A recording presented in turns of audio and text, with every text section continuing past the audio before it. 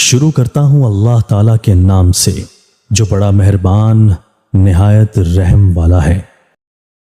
حضرت عبداللہ بن عمرو بن عاص رضی اللہ تعالیٰ عنہ سے روایت ہے کہ رسول اللہ صلی اللہ علیہ وآلہ وسلم نے فرمایا، جو چپ رہا وہ نجات پا گیا۔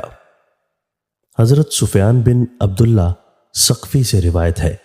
کہ میں نے رسول اللہ صلی اللہ علیہ وآلہ وسلم سے عرض کیا، حضرت میرے بارے میں جن باتوں کا حضور کو خطرہ ہو سکتا ہے ان میں زیادہ خطرناک اور خوفناک کیا ہے؟ سفیان کہتے ہیں کہ آپ نے اپنی زبان مبارک پکڑ کے فرمایا کہ سب سے زیادہ خطرہ اس سے ہے۔ حضرت سہل بن سعد رضی اللہ تعالیٰ عنہ سے روایت ہے کہ رسول اللہ صلی اللہ علیہ وآلہ وسلم نے ارشاد فرمایا کہ جو شخص ذمہ لے لے اپنی زبان اور اپنی شرمگاہ کا، یہ دونوں غلط استعمال نہ ہوں گی، میں اس کے لیے ذمہ داری لیتا ہوں جنت کی۔ تشریح: انسانی اعضاء میں زبان کے علاوہ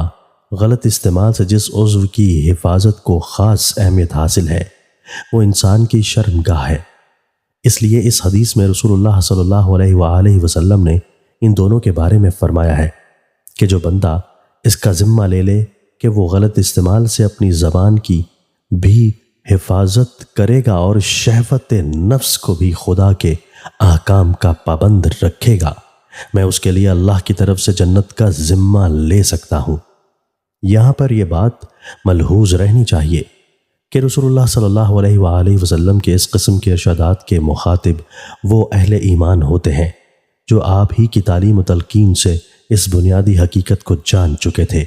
کہ اس قسم کے وعدوں کا تعلق صرف ان لوگوں سے ہے جو صاحب ایمان اور ایمان کے بنیادی مطالبات کو بھی ادا کرتے ہوں۔ دوستو، اللہ تعالی ہمیں ان احادیث مبارکہ پر عمل کرنے اور اپنی زندگیوں کو سنوارنے کی توفیق عطا فرمائے۔